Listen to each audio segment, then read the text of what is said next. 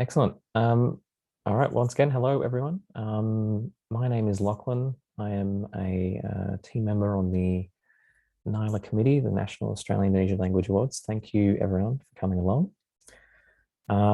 This is, like I said, the second major online event for the competition this year. And it's also our second event with Natali Tjahjadi, who is our esteemed presenter for today's session. For those of you who aren't aware, whether you're watching now or later on you're watching the recording later, Natali completed a Master of Business in International Business and Entrepreneurship at the University of Queensland in Australia, and is a recipient of an Australia Awards scholarship. She has a range of speech and presenting experience. She is the 2021 Toastmaster International Evaluation Contest and International Speech Contest champion, a participant in the Wonder Voice International English Speech Competition, and a judge for Online Toastmasters Debate Competition Indonesia 2021, and a lot more.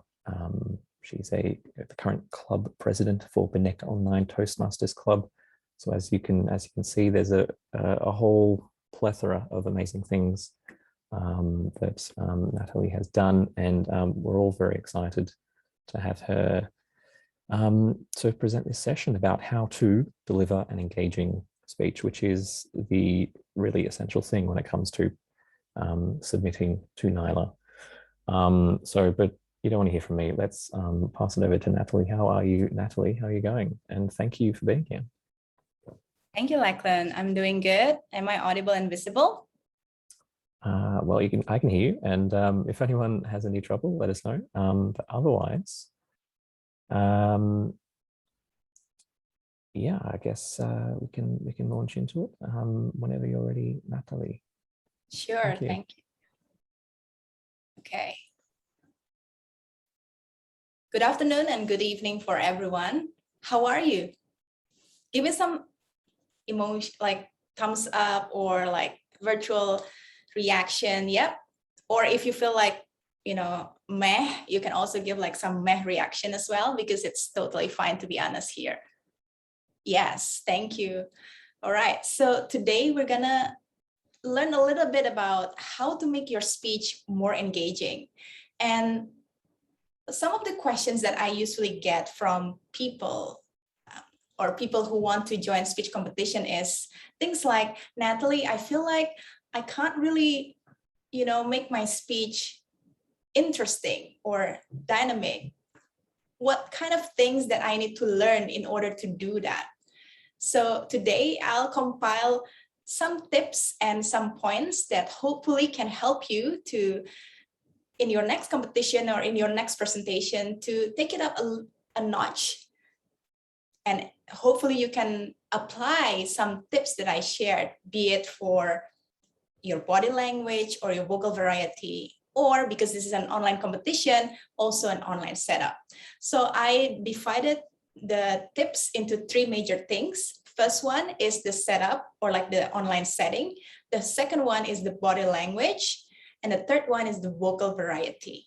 But let me ask you first, why do you think delivery is important in speech contests or in presentation? Anyone wants to answer, probably? If not, I'm just gonna pick. Why do you think speech delivery is important? Renata?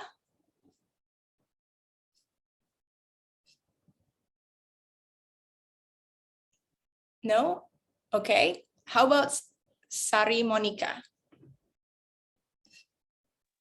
Hi. Hi.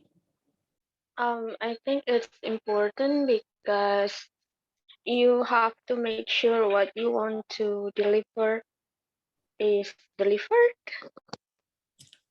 Okay, that's great. Yeah. And I also agree with that. In fact, a research by a professor called Dr. Ahmad Miradian found that when you want to transfer your message to your audience, the impact will be transferred 7% by verbal content, 55% by body language, and 38% through vocal variety. So even if you have the best script in the world, if you cannot do your script justice with your delivery, the impact will be much lessened. So that's one of the, evidence why speech delivery, incorporating your body language and your vocal variety is very crucial in nailing and connecting with your audience. Of course, another reason, such as, when you want to engage your audience, you want to create an emotional connection, create the a connection with them that help them to be captivated on you, to have their eyes fixed on you. In an online setting, it's harder than like in person, because in person you are already have the stage set up for you. The audience was there for you. But in online setting, it's just you inside of your room, just like me in my room, with my laptop in front of me, trying to talk in front of a camera or a screen, where sometimes like this, we can't really see how people react. So it's hard to gauge the audience response as well. So let's move on to my first tip for delivery. Nailing your delivery in how you can engage your audience is first, because this is an online competition, you need to nail the online setting.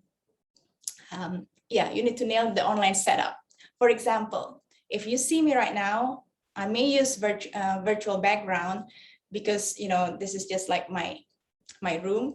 But if you can see how I stand, it's very crucial to make sure that from on top of your head to the about waist, I guess, or below your chest, it must be visible in front of the screen.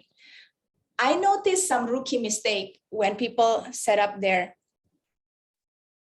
screen like this, where you see a lot of gap on top of the head, and then, when you speak, there's nothing that you can really see, or things like this. So they stand too close to the camera and some part of their head got cut off. So these are the kind of rookie mistake that may happen. So my suggestion for you is, if it's possible, put your laptop or your camera on an eye level. So for example, if this is my eye and this is the camera, I make sure that it's located on eye level. And if you don't have like high chair or high table, do what I do. I can't show you right now, but this is like a pile of books below my laptop, because I only had like a short table. So I just piled it up with books and I put my laptop on top of those pile of books, just so it can be, I can make the better setup and make sure that the camera is really on eye level without the laptop being, moved like this to adjust the screen. So that's one, how to set up the camera. And the second thing in terms of like setting is set up the audio or the mic. Make sure that when you record a speech or when you deliver a speech, you always test your mic prior to the recording or the contest. For example, I noticed one of the experiences I had where my mic didn't work out. So I always had my headphones as like a backup in case my mic for some reason didn't work, or my laptop speaker or mic also didn't work. So I always had like a backup on hand. And before you record, this is my tips. When you want to record something and you want to submit it, don't record the whole thing in the first go.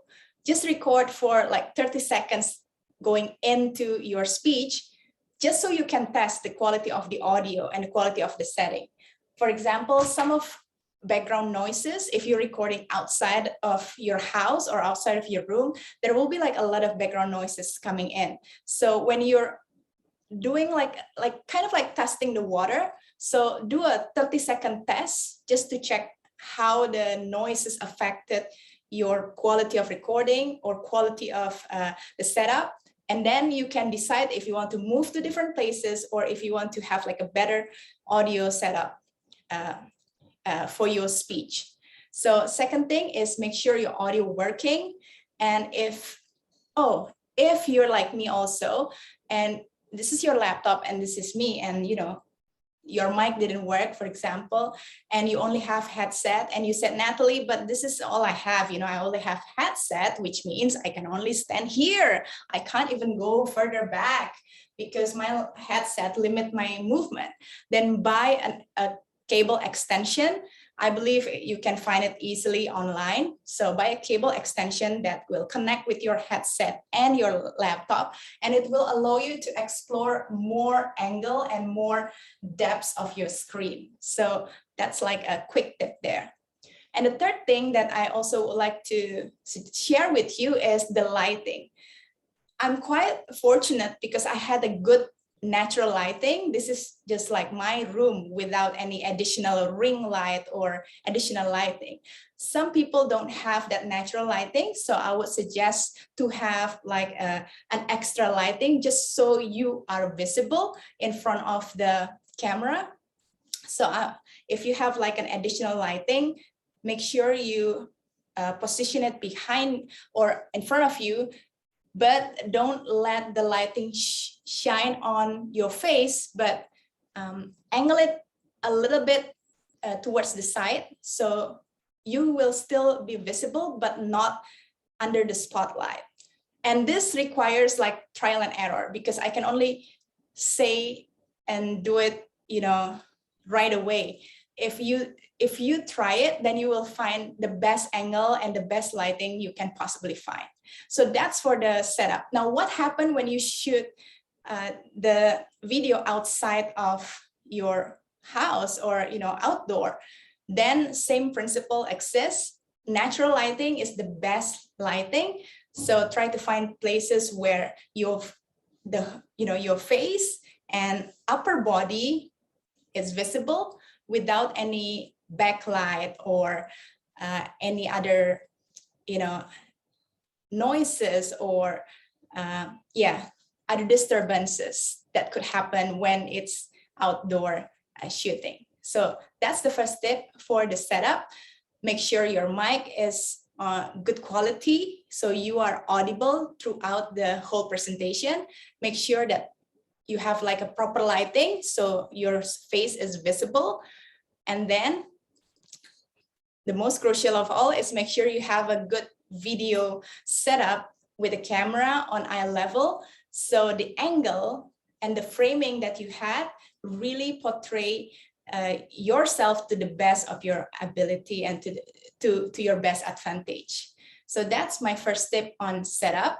My second tip in terms of body language is, remember, 55% of the impact of the message came through body language. Now, body language can be separated into several elements, but they're all in essence work together. Now, as you can see, I use a lot of hand gestures, and I also use some facial expressions and a little bit of movement. So those are part of body language. But first element of body language that I wanted to share is actually eye contact. Now, this is the difference between offline or in-person meeting or presentation compared to online. In offline, you can see your audience and you can see their eyes, like literally in person. And this is how you normally go in a room. Your eyes will wander from one point to another, because if your eyes just get stuck in one point, the other part of the room might feel a little bit neglected. And that's why the suggestion for in-person eye contact is to scan the room and also to stop at certain part and elaborate some point, and then scan again, move to a different part and stop and really connect, and then move to a different part again. But in online, this is the major difference. Your eye contact is essentially here, looking at the camera. I can't even tell what kind of expressions or reactions you have right now because my eyes are glued to the camera, this tiny little dot on my laptop screen. So when you're delivering your speech, even though it feels weird, make sure that you are focusing, your eye contact on the camera. For me, my camera is here. So that's why my eyes are just glued on that particular point. So that's like the major difference between speaking in person or speaking online. Online, there's no other way. Just look at the camera. Now, the second point in body language is body movement. Some people said that, yeah, Natalie, but I can't really stand. I need to sit. Well, if by some reasons you can't stand and you just need to sit, maybe you're sick or you're confined to a wheelchair, then that's fine.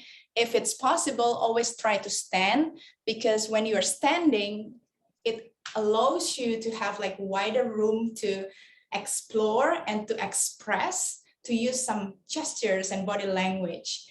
And it also helps you to connect with your audience. For example, when I deliver my speech for competition, I usually stand around this distance between me and also the camera.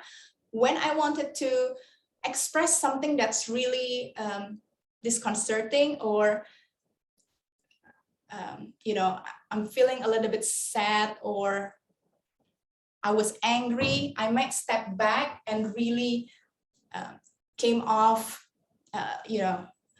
let all of the emotion come out, like the negative emotion come out. But if you want to come forward, and when you want to come closer to the camera, this is usually used when you wanted to share something that's really important. And I also learned from when I was in Australia, for example, this is where I usually stand. And then this is when I wanted to come closer. I also learned when I was in Australia, there is like a private space, like personal space. So I learned that if you tend to stay in front of your camera, full face all the time, it feels intrusive.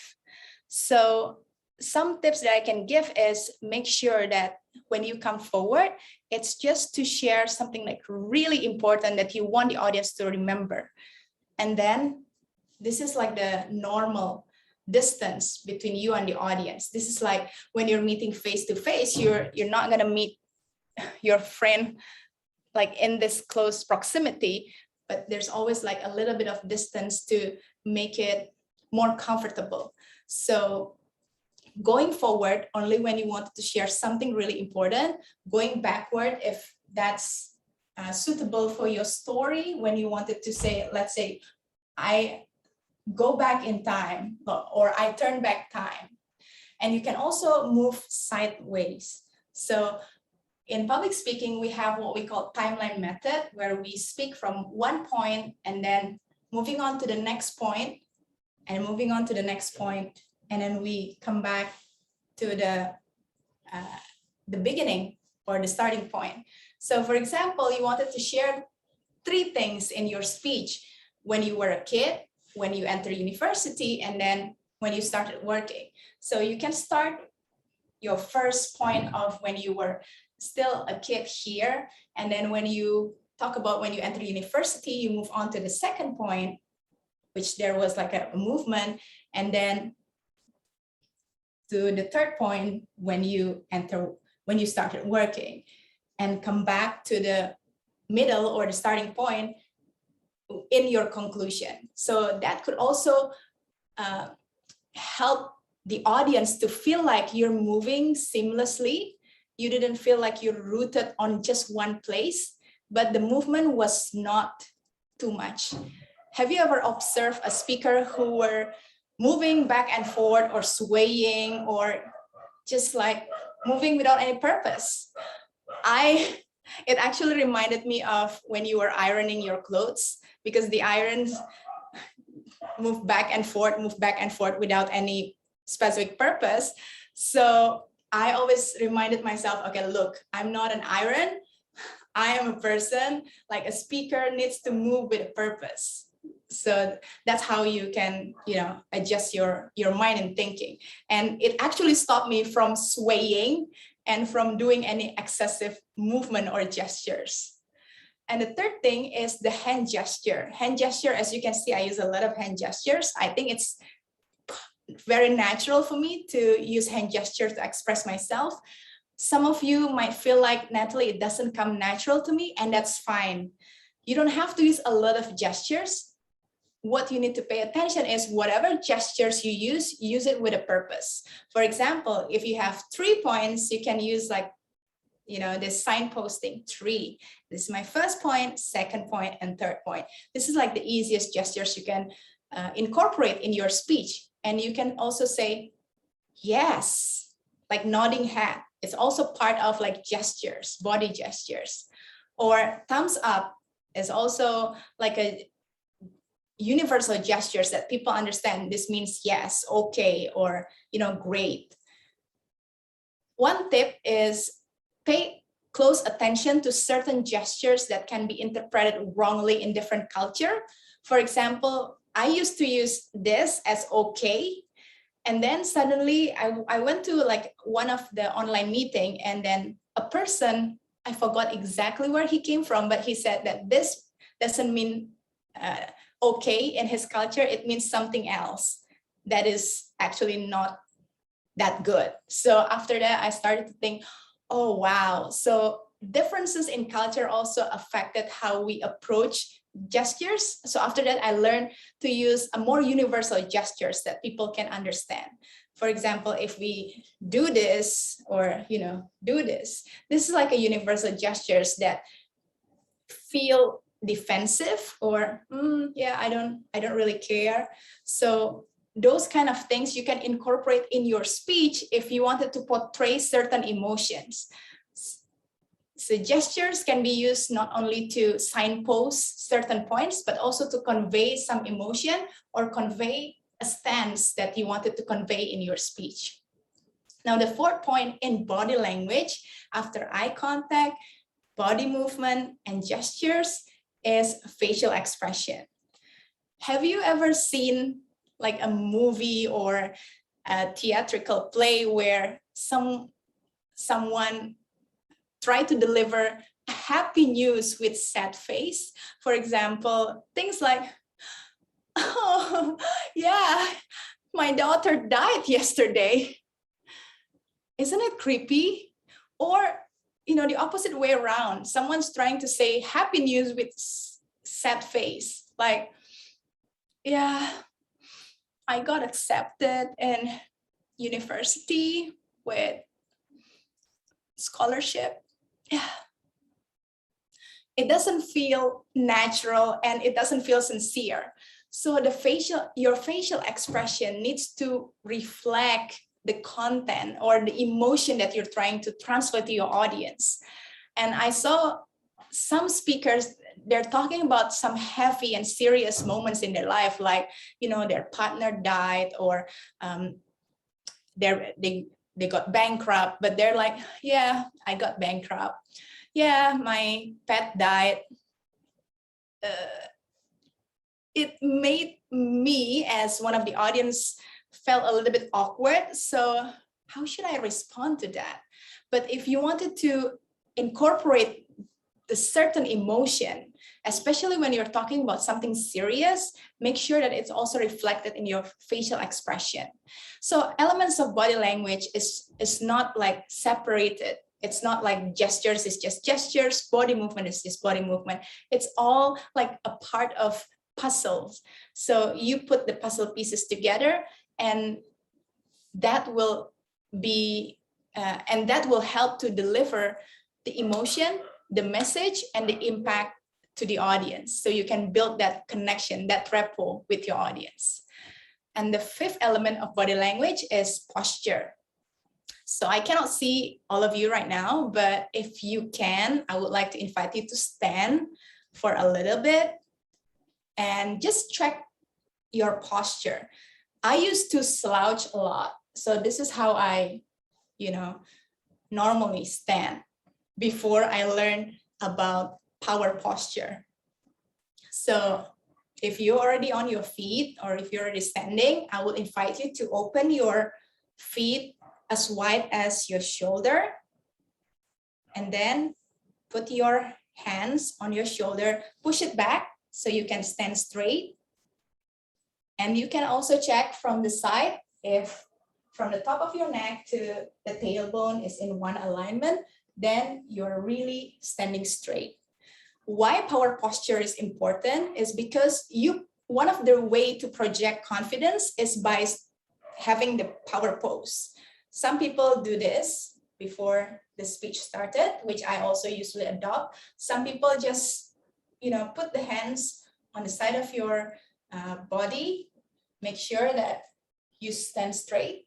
This also helps to give great first impression, not just for the judges, but also for your audience, because you wanted to be seen as someone who's comfortable and confident. And not a lot of people realize that posture also contributes a lot to that, making a first impression. So I would suggest to you to adopt like a power posture, especially in the beginning of your speech and throughout your speech, unless you need to do some dialogue or do some, role play that you need to slouch or you need to do like convey different type of emotion. But generally, having like a good stance and confident appearance will help you a lot in establishing your ethos or credibility with the audience. So those are like 5 elements of body language. We have eye contact, we have body movement, we have hand gestures or like body gestures, facial expression, and also posture. You may be seated again. And last but not least, it's vocal variety. 38% of the impact of the speech delivery came through vocal variety. And what does vocal variety means? Have you ever been to a lecture or a class where your teacher speaks for 1 full hour and 10 minutes going in, you feel like, oh my gosh, I'm so sleepy. I wanted to sleep. Maybe you've had that experience. Now, try to recall why that happened. Maybe maybe the teacher spoke in just like one monotonous tone. So it feels like, like a background noise coming in, and nothing really registered in your brain. Or maybe because of like different reasons. So vocal variety is very crucial because you want to make sure that you are not, you can engage your audience, not just through the body language or the content, but also through the way you speak. So there are 4 elements of vocal variety. And the first one is pacing or the speaking rate. Now, the monotonous type of speech is usually when the pace of the speech or speaking rate per minute doesn't differ from beginning until the end. So it could be monotonous. In a speech presentation, you can vary your tone and you can vary your pacing, speaking rate per minute. For example, in some parts where you're really passionate, where you're really excited, you can speak faster, you can speak more, in a more excited tone. But in a serious part of the speech, you can slow down. Make sure that your sentences, your words are clearly audible and also enunciated properly, so it registered. Let it sink into your audience mind. So those are like the way you can vary your pacing to make sure that your presentation is not boring, but also to help deliver the impact to your audience. The second thing is pitch. Pitch is the higher register or lower register of your tone. Now, generally, women like me, we have higher register notes, and also for gentlemen out there, they have like a lower register notes. This is like a general, assumptions. But some people always fall into like an exception. So some women have like a lower register and some men has higher register, and that's fine. The way you can vary your pitch to deliver impact in your presentation is similar with pacing. The more excited you are, the more passionate you are, the more, when you're trying to convey like a positive feeling, usually your pitch becomes higher. Oh my gosh, I'm so excited. Naturally, your pitch becomes higher. But when you you wanted to convey something that's quite reflective or serious, or something that's, you know, maybe in a more like negative or emotional, like negative emotional way, negative emotion, such as grief or anger, then your pitch will usually become lower. Stop it. I don't want to talk about it. So it's just like a natural progressions of chords. In a sense, when you give a speech, it doesn't really differ much with the normal life when you're speaking with other people. So conversational tone is also one thing that you can practice. How would I say this in like a normal life situation? So it also helps to make it more natural. Now, the third thing that you can also apply is power. Power is the volume of your voice. So again, when you're talking about something that's very passionate, very important, you don't want the audience to miss it, of course you will speak louder. But some people think that when we don't speak loud enough, it's not important. I beg to differ, because when you whisper in certain part of your speech, it can also signify an important part. For example, let's say you have shared a story about you coming into contact with COVID, and then you you recovered from COVID, and then you realize that, wow, life is precious. Life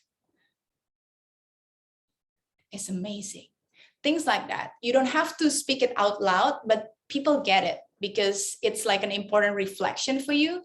So you can also combine certain way to make sure that there is like an element of make sure that your speech is dynamic enough to attract the audience attention. Just be mindful of making it as natural as possible. Now, the last element of vocal variety is pause. So pause is really important in spicing up your speech. For example, have you ever seen like a comedian, before he or she deliver his punchlines, he would pause a little bit, and then after he deliver his punchline, he would pause also. So that's the same logic can also be applied with a speech. Before you wanted to deliver something that's really important, pause a little bit. And after you deliver that main point or the message, also pause. So the first pause is kind of like the pause to build up the drama or to build up the tension. And the second pause after is like a reflective pause, where you let the audience think and you let your points sink into their mind. Because what some things that I also notice is that a lot of people has a great point, but before I can really process it in my mind, it's just pass, because they don't allow the audience to get that breathe, you know, to catch our breath for a moment by pausing. The normal optimized pause is about 2 to 3 seconds. So for example, have you ever thought about life after death? Yeah, me too. So things like that, just allow a little bit of time to pause, let it sink. And especially if you ask the audience a question, or after you deliver like such a powerful lines. For example, Nelson Mandela said that education is the weapon or the tool that can change the world. Pause. And then moving on, blah, blah, blah, blah. So combine these 4 elements of vocal variety and make sure that you speak as if you're in conversation with your friends, and infuse emotion behind your words or behind your voice. That will help you to engage with your audience even further. All right, so let's recap. 3 things we learned today is the setting, the body language, and also the vocal variety that can help deliver an engaging speech. And I hope if you have any questions, you can ask me. I hope what you learned today is beneficial for you. But at the end of the day, it's similar with Nike. Just do it. By practicing, you will build up your confidence. By practicing, you will slowly develop your skill. And by practicing, you will also come to your, you will also be able to understand your strength and your weakness. And from then you can grow and you can progress even further. So my suggestion for you guys, just join the speech contest, do your best and enjoy the ride. I give it back to you, Lachlan. Thank you, Natali. Thank you so much. I think I'll join everyone else yeah, thanking you again, just for all of that very valuable information that you've provided across the past half an hour or so. I don't know about everyone else watching now or later on, but I've definitely learned some things, and I'm not just saying that because I'm the MC of this event. Now, I do want to give everyone the opportunity to ask a question or 3 questions or 5 questions, however many you have, to Natali in a moment. So please take advantage of the chat or you know, put your hand up and we can head to you if you want to put your audio on and ask Natali a question. But yeah, in the meantime, I think I'll just say that the information, these kinds of tips and advice that Natali's provided us are helpful across a whole variety of situations. Not only the NAILA speech competition for this year, although that if that is what you're here looking for, then I definitely would encourage you to get your application in by the end of this month. Thursday, I think it's Tuesday or something like that, the 31st of August 2021. That's the deadline for this year's competition. But like I say, across a whole variety of situations, whenever you're making a speech, speaking publicly, talking in a meeting, a lot of valuable things. So thank you very much, Natali. Now, there's a very interesting question here from Rina Dewi Ristianti. What would you do, Natali, in the middle of a presentation or a speech, and your mind suddenly goes blank? Like, what tips would you have? How do you recover? How do you get back into the zone? Oh, great question, Rina, is it? I honestly experienced this several times, so I totally understand what you're trying to say. You know, the only way that I could think of to reduce the possibility of blank is by practicing. That's the only way I found out the best way to reduce the chance of, you know, my mind went blank. For example, I went to a competition where I didn't practice enough. So I finished my script, but I didn't have a chance to really practice the delivery of my speech. And then the competition day came and I was just not prepared. And in the middle of my presentation, I went blank. Like I went as blank as a blank canvas, like nothing on my mind. It's all erased. So what I did is there was like 4 seconds of like silence where I went totally blank. And I started to try to reach out anything that I can think of from my script. So if you make a script, you will probably remember a little bit of keywords here and there. So I just try to string up the keywords and deliver the speech. The thing is, Rina, the audience doesn't really know what's in our script. So even if you're blanking out and you diverted so much from your original script, doesn't matter, just keep going. If you don't show that you're blank, then the audience will feel like, oh, probably that's her speech. They don't really judge you based on what it can be. They judge you based on what they can see. So when you're blank, don't be nervous. Take a deep breath and try to recall all of the things that you can recall from your original script and just bounce back. I think doing your best in this kind of situation is more important than just giving up right away. So I hope that helps. That's right. That's definitely very important to not try your best to not give up if that's something like that happens, or if there's a major distraction in the room or elsewhere, to just try and get back on track and get to the end of the speech. And like you say, people might not even notice. Now, this could be a good opportunity for anyone, if anyone is currently working on a speech or something like that, and they have any particular questions that they might like to ask, please go for it, Slakan. Now, as part of the NAILA, specifically the NAILA competition, when preparing and presenting your speech, we definitely advise you to practice as much as possible and to resist just reading the speech from a piece of paper or from a computer screen. But more generally, do you have any ideas or any advice or thoughts on on using notes when delivering a speech, and how to stay engaging when relying on notes or when reading from a script? I think this is also kind of related to the first question also, Lachlan, because when you're blank and you really don't have any backup, you're just like, it really depends on your mental fortitude, I guess, to keep going. But this is like one cheat sheet that I can share.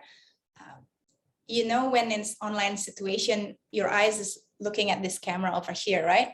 And in your laptop, there's like this space is still empty. So what I would suggest is, if you want to use notes or if you want to just have it on as a backup, if it's gonna boost your confidence in a sense, I usually take a post-it notes and I wrote down keywords of my speech. So for example, in the opening, the keyword might be, let's say, education is the best tool to change the world. And then in the body, the first point is probably, data, how education can change the world. The second point could be a public figure, blah, blah, blah. The third point could be something like that. And then you stick the post-it notes here.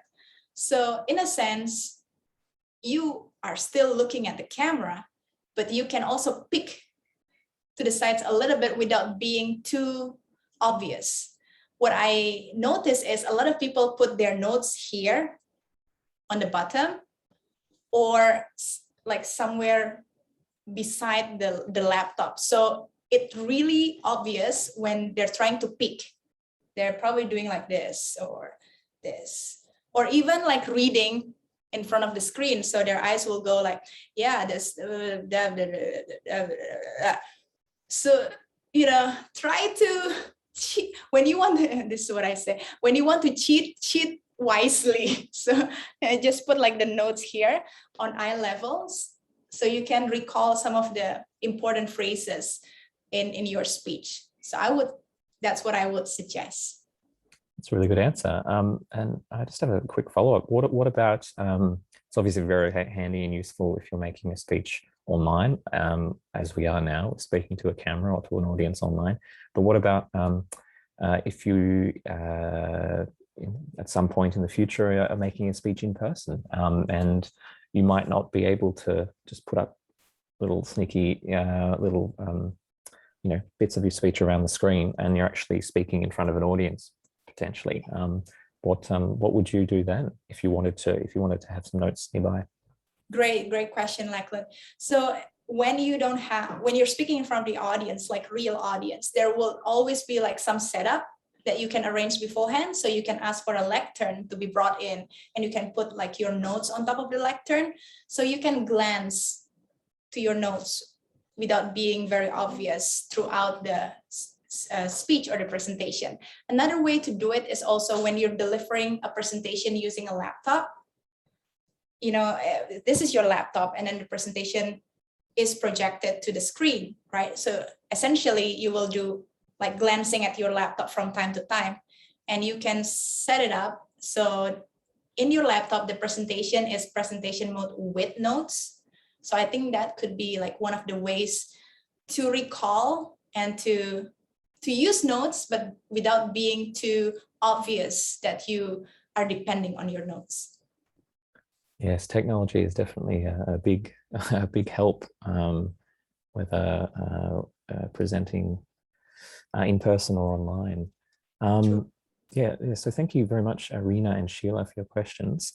If anyone else has anything, please jump for it, go for it. But otherwise, we've been through a lot today, this evening, and a lot of valuable information that Natali has shared with us.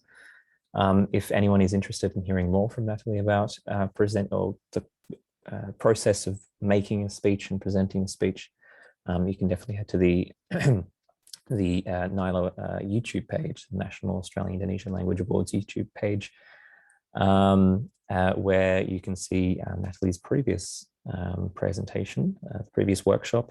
There's a recording on there, as well as a variety of other useful and entertaining videos from previous years of the NAILA competition. One final question, Natali. Our awardees for the NAILA competition each year, they often get the opportunity to be interviewed in person at the awards night by media partners and by the NAILA team as well.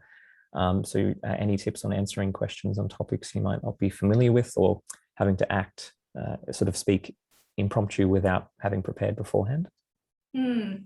Okay, so there are two ways in approaching this thing. So first one, if you are asked on a topics that you're not familiar with and you're not sure whether should I say this or is this the right way to say it, especially if it's about the technical things. For example, your background might be social science and you're asked on a topic on history or philosophical things that you're not sure of.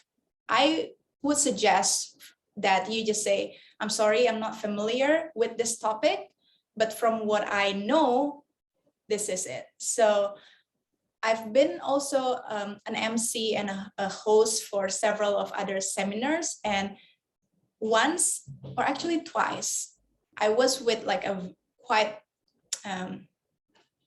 he was like a public figure, entrepreneurs, and he was being asked a question on how to use social media on, to advertise our business. And he said, you know what, social media is not my expertise, so I cannot answer this question, but I can refer you to a person who probably can answer this question. So that's how he phrased it. And when I asked him afterwards, why, from all of your wealth of experience, you probably can get something. And he said, but I don't want to mislead people. So I thought, oh, probably that's also a good way to answer questions. Just be honest. If the topic is really outside of your expertise or experience, just say, I'm not familiar with this topic, but this is what I know. And you can say what you know. And you can probably also say, maybe other people can contribute to this discussion. So then other awardees or other panelists or maybe audience can jump in and share something. On the second approach on, to speak spontaneously, it also requires practice. So what I would suggest is when you go into an interview, just practice some possible questions that the journalists or the media probably want to ask. So at least you have something as a backup. Preparation is always great, and it will help you to feel more comfortable in approaching the unknown, because when you're already in the middle of the interview, it's like really expect the unexpected. Nobody will know how it's going to turn out. So what you can prepare, and the rest, just face it as you go. Yeah. I think that's just some great advice for life, I think, or anything you're doing, a job interview, speech, talking to someone new that you don't know. Well, everyone, please join me in thanking Natali for today's session. Thank you very much. Thank you. Thank you, everyone. Otherwise, thank you everyone for attending, and don't forget to apply for NAILA by the end of the month, 31st of August. Yeah, feel free to follow us on any social media platforms as you wish for upcoming events or similar workshops or sessions in the future. Thank you, everyone. Thank you.